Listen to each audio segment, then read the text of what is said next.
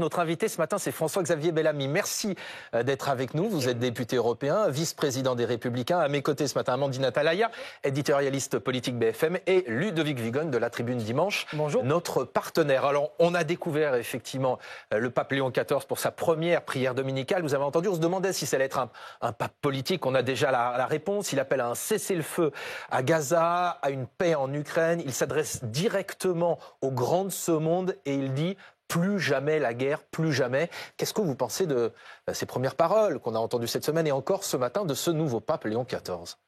Au fond, il y a une grande cohérence avec le premier message qu'il a porté dans ses premiers mots. Il y a quelques jours, il avait commencé par cet appel à la paix.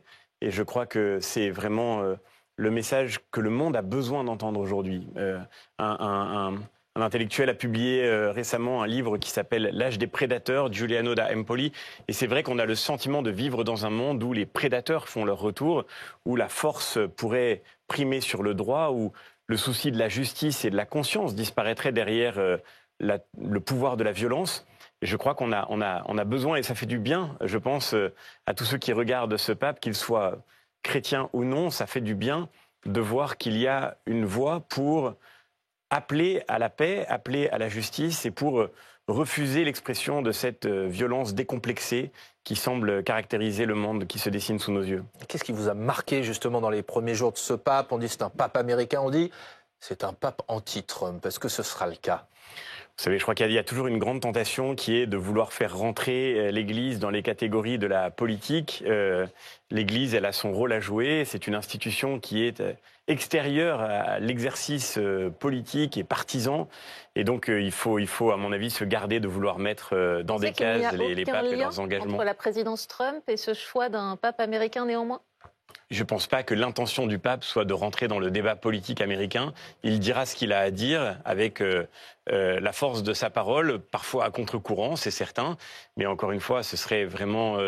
on est dans une émission politique ce matin et la politique a son lieu. Mais je crois que ce serait dommage, d'une certaine façon, de vouloir appauvrir la parole que peut avoir un pape en la faisant rentrer dans les catégories de la politique partisane. Mais c'est un homme politique, le pape?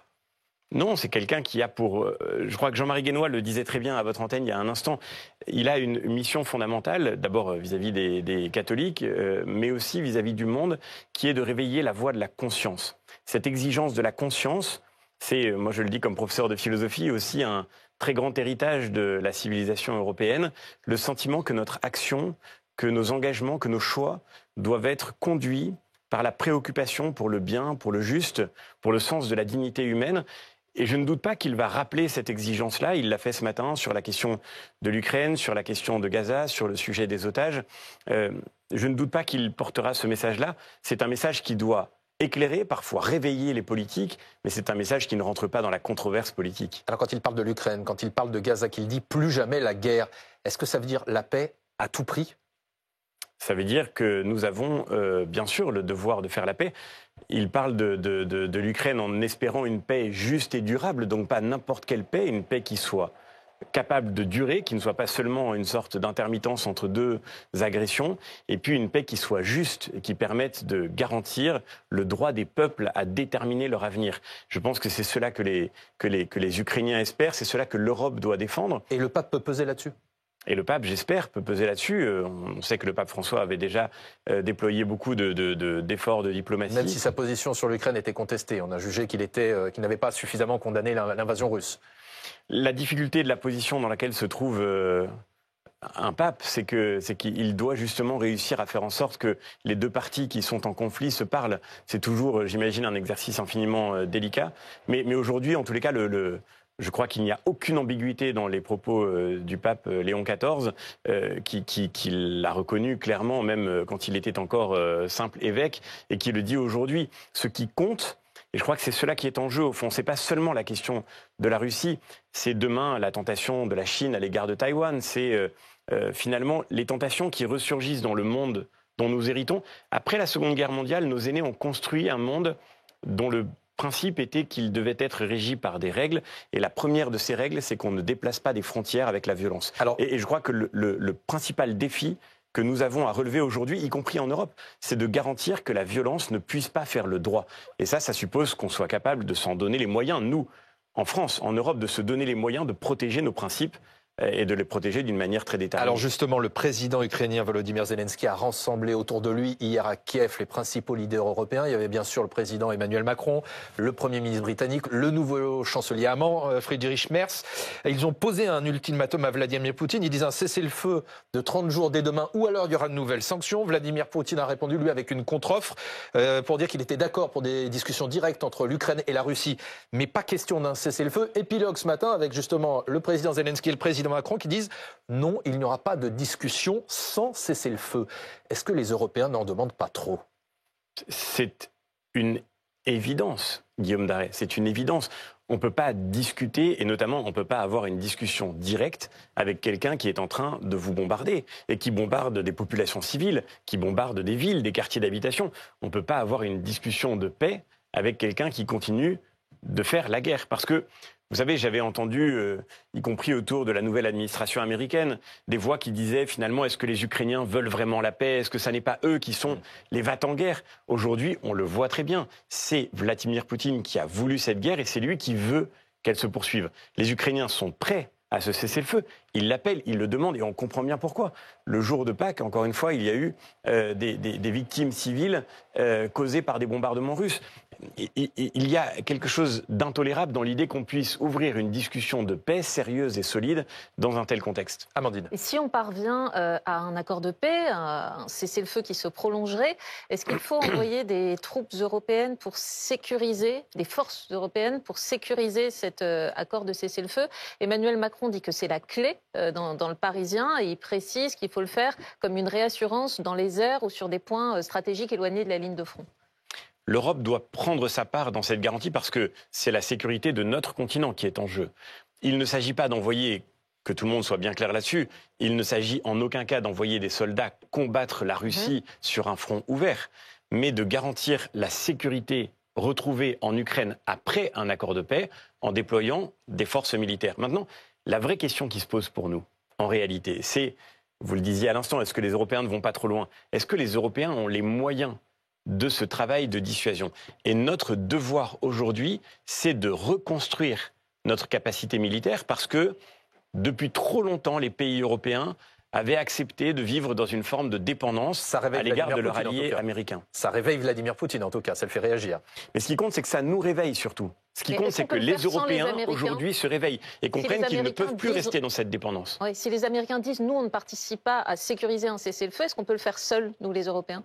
Clairement, je pense qu'aujourd'hui, nous avons besoin de la garantie américaine. C'est indispensable. Et nous devons nous donner les moyens de pouvoir demain, mais ça va prendre du temps, de pouvoir demain décider de notre destin sans leur demander leur avis. Mais aujourd'hui, nous sommes confrontés à l'expérience de cette dépendance. L'an dernier, les Européens ont acheté 79% de tout leur matériel militaire à l'extérieur de l'Europe, dont 63% aux États-Unis. Et je me suis battu au Parlement européen en portant un texte très important qui s'appelle EDIP, un texte sur l'industrie de défense en Europe pour renverser cette dépendance. Et on a gagné ce combat. C'était il y a quelques jours au Parlement européen. On a fait voter un texte qui dit que maintenant, l'Europe investira dans les moyens de notre défense si seulement ces armements sont composés à 70% de composants européens, conçus en Europe et entièrement souverains dans leur utilisation. C'est un renversement complet de cette logique. C'est déjà un immense travail, un immense combat qui a été gagné au cours de ces derniers mois. Je suis très fier de ça, mais encore une fois, maintenant, la clé, c'est de le déployer concrètement. Et on a d'ailleurs, nous, Français, une très grande carte à jouer là-dedans, y compris d'un point de vue industriel. Ça peut être une grande chance pour nous parce que la France a été depuis longtemps, pour son industrie, pour son armée, le pays d'Europe qui incarnait le plus cette capacité d'autonomie. François-Xavier Bellamy, dans un instant, vous nous direz si, à vos yeux, nous avons engendré, je cite, une société de barbares. C'est ce que dit Bruno Retailleau après ce rodéo tragique avec un pompier qui s'est fait effectivement écraser. Puis vous nous direz si vous êtes favorable à un référendum. C'est ce que pourrait annoncer Emmanuel Macron dès mardi. C'est en tout cas Ludovic Vigogne qui l'a écrit ce matin dans la Tribune dimanche. À tout de suite. Politique, notre invité François-Xavier Bellamy, merci d'être avec nous, député européen, vice-président des Républicains. Ce drame qui s'est déroulé effectivement hier à Évian-les-Bains, un rodéo urbain avec un pompier qui a été fauché délibérément par un jeune de 19 ans, multirécidiviste, qui est même allé jusqu'à lui cracher dessus après l'avoir fauché, à cracher sur les personnes qui lui venaient en secours et lui prodiguaient des soins. Bruno Retailleau a immédiatement réagi, il s'est rendu sur place. Il évoque, je cite, une société qui a engendré une fabrique de barbares. Un barbare, on a regardé la définition, c'est précisément, je cite, celui qui n'est pas encore ou qui n'est plus civilisé. Est-ce que Bruno Retailleau va trop loin quand il emploie ces mots après ce drame ? Parce que vous trouvez que c'est l'expression de la civilisation, de cracher sur la personne qu'on vient de faucher volontairement ? Il a parfaitement raison. Et moi, je le dis depuis, je partage le sentiment de Bruno Retailleau, je le dis depuis des années. J'ai publié en 2014 un livre sur la crise de l'école. Et dans ce livre, je parlais déjà de cette réalité de l'ensauvagement auquel nous sommes confrontés, de cette sauvagerie qui fait qu'aujourd'hui, la vie ne vaut plus rien. Dans cette situation terrible... Ce sont des sauvages qui ont fait ça ? C'est le résultat d'un ensauvagement. Et cet ensauvagement, c'est bien sûr le crime de cet individu qui doit être sévèrement puni, mais c'est aussi la faillite d'un État. C'est une faillite collective. Et c'est une faillite très profonde. Parce que cet ensauvagement ne vient pas de rien. Il ne vient pas de cause qu'il serait impossible d'identifier. La faute à qui ? Il y a, je crois, deux grands problèmes qui se rejoignent dans cette histoire, deux problèmes majeurs. Parce que ça n'est pas un fait isolé. Si c'était un fait isolé, on pourrait se dire, bon, c'est d'une certaine manière la situation d'une personne isolée, un individu particulier aux marges de la société. Non, le même soir, dans un rodéo urbain, également, un jeune de 23 ans a été délibérément tué. La semaine dernière, c'est un élu qui a été agressé parce qu'il avait tenté de mettre fin à un rodéo. Il y a 48 heures à Bordeaux, la police a essayé de dissiper un rodéo de 1000 personnes.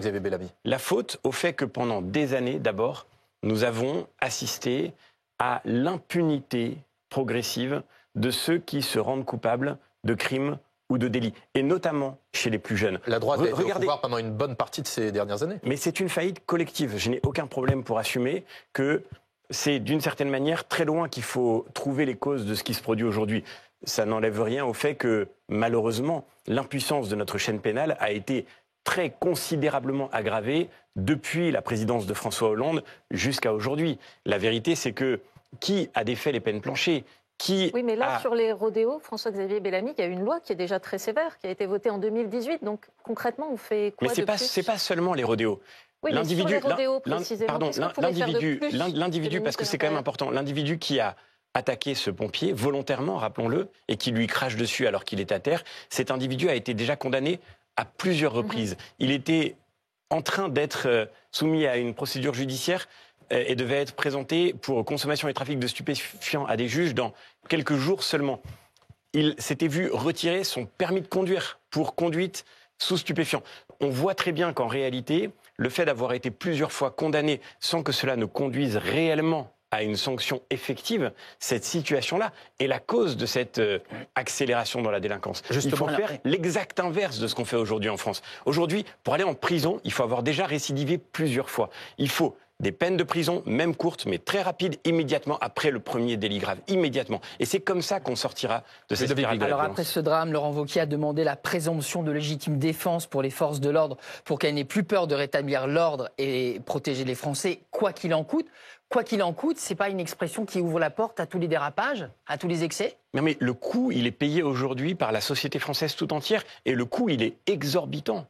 Ce qui coûte aujourd'hui à la France, c'est ce qui est payé, ce sont les larmes de tous ceux qui entourent ce pompier, ses proches, sa famille, de tous ceux qui sont en train de perdre un frère, un enfant, un camarade qui est en train de lutter sur son lit d'hôpital pour tenter de survivre. Le coût, c'est la souffrance que vivent aujourd'hui tous les Français qui subissent cette spirale de violence que rien ne peut endiguer. Quand un ancien ministre de l'Intérieur vient nous expliquer maintenant qu'il n'y a plus un endroit sûr en France, je dis que le prix maintenant, c'est les Français qui le payent. Et donc oui, Bruno il faut Retailleau sortir est de d'accord cette avec spirale. Gérald Darmanin, en l'occurrence, qui avait dit cela. Le vrai problème, c'est qu'est-ce qu'on fait maintenant pour sortir de ça ? Et la deuxième cause profonde de cette situation-là, la première, c'est l'impunité qui vient de l'incapacité de notre chaîne pénale à assurer une réponse efficace en termes de sanctions. Le deuxième problème majeur, essentiel, vital, c'est celui de l'éducation, c'est l'école. Et je le redis, on n'arrive pas à cette situation-là sans qu'on ait laissé faire, en effet, la barbarie. La barbarie, elle ressurgit partout où la culture n'est plus transmise. Ça fait des années que notre système scolaire est en train de s'effondrer sur lui-même et ça fait des années qu'on s'étonne de voir ressurgir partout où on n'a pas su enseigner, partout où l'autorité du professeur n'a pas été respectée. François-Xavier Bellamy, ressurgir cette question de l'éducation, ça pourrait peut-être être l'une des questions qu'Emmanuel Macron posera dans le référendum qu'il semble vouloir proposer aux Français à l'automne. C'est ce que vous écrivez, Ludovic Vigogne, ce matin dans les colonnes de la Tribune dimanche. Il va s'exprimer mardi soir. On va venir dans un instant au thème, mais d'abord sur la forme, ça pourrait être un seul bulletin avec 3 questions. Est-ce que c'est une bonne idée, une bonne formule ? Écoutez, un référendum, c'est un outil constitutionnel déterminant. Je crois qu'il faut retrouver l'usage du référendum. Il faut le retrouver plus fréquemment. Si on a plusieurs questions à poser aux Français, on organise plusieurs référendums. C'est pas plus compliqué que ça. Mais ce qui me frappe, c'est que ceux qui aujourd'hui nous parlent d'organiser des référendums sont ceux qui nous ont empêchés de les proposer aux Français sur les sujets sur lesquels, pourtant, ils attendent désespérément de pouvoir enfin s'exprimer. La droite a proposé, les parlementaires, les républicains, depuis des années maintenant, nous avons mis sur la table la proposition d'un référendum sur l'immigration. Ce référendum a suscité l'opposition de tous les groupes macronistes et ensuite, pour terminer, la censure du Conseil constitutionnel. Je crois que les Français ne comprendraient pas un seul instant aujourd'hui qu'on leur demande leur avis par référendum sur les rythmes scolaires, alors qu'on leur refuse de s'exprimer sur la question migratoire. Le référendum sur l'immigration, c'est une clé pour déverrouiller tous les blocages jurisprudentiels qui sont aussi en cause dans le drame qu'on évoquait juste avant. C'est pas la bonne méthode. Vous dites une question, un référendum. Mais la vérité, c'est que ce serait même légalement, je lisais dans la Tribune dimanche ce matin un article qui nous explique que pour faire un référendum à plusieurs questions, il faut en réalité sortir du cadre légal prévu par la Constitution. Je crois que si on accepte de sortir du cadre légal prévu par la Constitution pour faire un référendum, alors faisons un référendum sur l'immigration, puisque c'est exactement ça qu'on nous avait objecté. Mais interroger les Français sur leur quotidien, comme veut le faire le chef de l'État, pour vous, ça vous paraît un gadget parmi les sujets sur lesquels il pourrait leur demander leur avis, il y a l'accès aux réseaux sociaux pour les plus jeunes, les mamans solo, la fin de vie, le travail et son financement. Pour vous, il n'y a aucun de ces sujets-là qui mérite qu'on consulte les Français ? Mais tous sont des sujets très importants.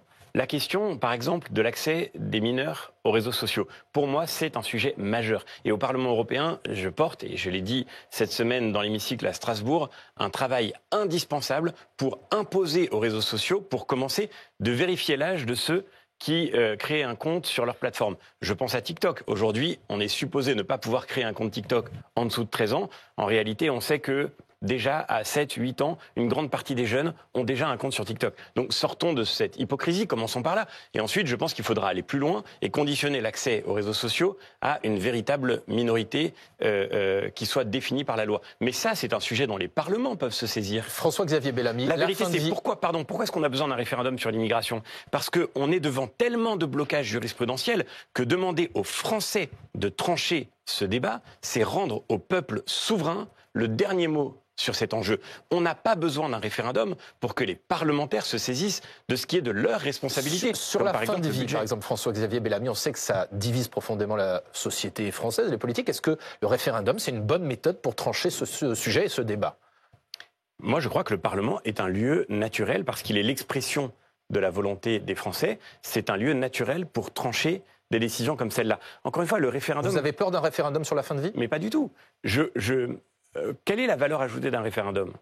Le but d'un référendum, c'est quand on touche à des blocages politiques majeurs, de venir devant le peuple français, souverain, pour qu'il puisse avoir le dernier mot. C'est évidemment le cas sur la question de l'immigration. Pourquoi est-ce qu'on refuse... Mais sur la question de la fin de vie, pourquoi vous pas avez demander aux peur d'un Français ? référendum sur l'immigration ? Non, pas du tout, vous en parlez. Qui a peur d'un référendum sur l'immigration ? Comme c'est un choix en conscience, comme vous dites, un choix extrêmement personnel et intime, ça peut peut-être être un biais intéressant, le référendum, précisément sur la fin de vie.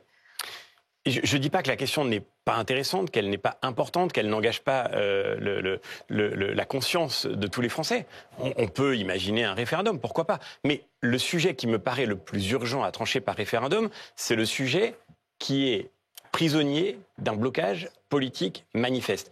Et moi, j'observe que ceux qui se montrent tellement allants pour proposer un référendum sur la fin de vie, alors qu'on a une discussion parlementaire en cours en ce moment même exactement sur ce sujet, sont ceux qui refusent de donner la parole aux Français sur la question que pourtant ils pourraient parvenir à débloquer par leur vote souverain dans les urnes. Et si le chef de l'État choisit d'autres thèmes que celui que pour lequel vous plaidez, qui est l'immigration, s'il choisit des thèmes de la société, il faudra boycotter ce référendum ? Non, on participera évidemment à un débat référendaire, quel qu'il soit, quel que soit le choix que le chef de l'État voudra faire. Mais je le redis, je crois, et d'ailleurs une majorité de Français aujourd'hui certainement est de cet avis, je crois que le grand danger, ce serait qu'après avoir privé les Français de référendum depuis si longtemps, parce que ça fait très longtemps maintenant qu'on n'a pas vécu de référendum et que notre démocratie vit toujours sous, d'une certaine manière, l'ombre portée de la blessure de confiance qu'a constitué le référendum de 2005.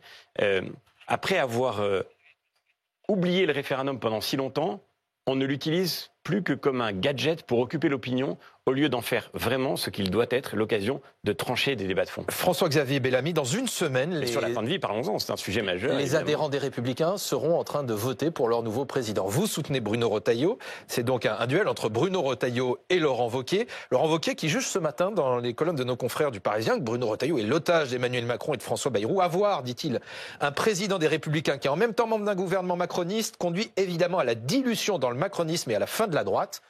Qu'est-ce qui garantit aux adhérents des Républicains que Bruno Retailleau sera indépendant? Mais parce que je pense qu'ils voient tous qu'il l'est. Tous les Français voient bien que Bruno Retailleau ne se laisse dicter ni sa parole ni son action par aucune espèce de dilution dans le macronisme, quel qu'il soit. Vous le disiez à l'instant en évoquant cette tragédie, ce rodéo que nous avons tous vu avec effroi. Bruno Retailleau a-t-il modéré sa parole? A-t-il tué quelque chose qu'il pensait? Non. Vous l'avez dit, il va très loin. Il parle de ce risque de barbarie qui traverse la société. Et même si ça doit choquer, eh bien, je crois que c'est ce qui fait qu'aujourd'hui, il rencontre un vrai écho dans l'opinion. C'est que Bruno Retailleau ne fait pas comme si tout était normal. Aujourd'hui, comme ministre de l'Intérieur, il n'a pas tous les moyens d'agir parce que nous n'avons pas encore une majorité politique pour changer la loi comme il le faudrait sur les sujets essentiels pour la sécurité des Français. Mais au moins, il ne fait pas comme si, il ne laisse pas passer, il ne sombre pas dans le déni de réalité. Et c'est cette indépendance qui fait que les Français ont reconnu sa valeur dans ce gouvernement. Est-ce que pour l'élection présidentielle qui suivra, pour 2027, vous souhaitez que le plus fort à droite et au centre soit celui qui y aille? Alors auquel cas, pour l'instant, c'est Édouard Philippe dans les sondages. Et est-ce que vous le suivriez si c'était toujours le cas à l'approche de l'élection? Moi, je crois qu'on a 2 ans devant nous. Si vous considérez, parenthèse, qu'Édouard Philippe est à droite et de votre famille politique. Eh bien, c'est une vraie question quand on regarde le bilan. Moi, je ne crois pas que l'avenir de la France, ce soit de fermer des centrales nucléaires, d'augmenter la dette publique et de créer des tensions sociales majeures en punissant les automobilistes avec une écologie parfaitement idéologique. Donc, la vraie question, c'est qu'est-ce qu'on veut maintenant pour l'avenir?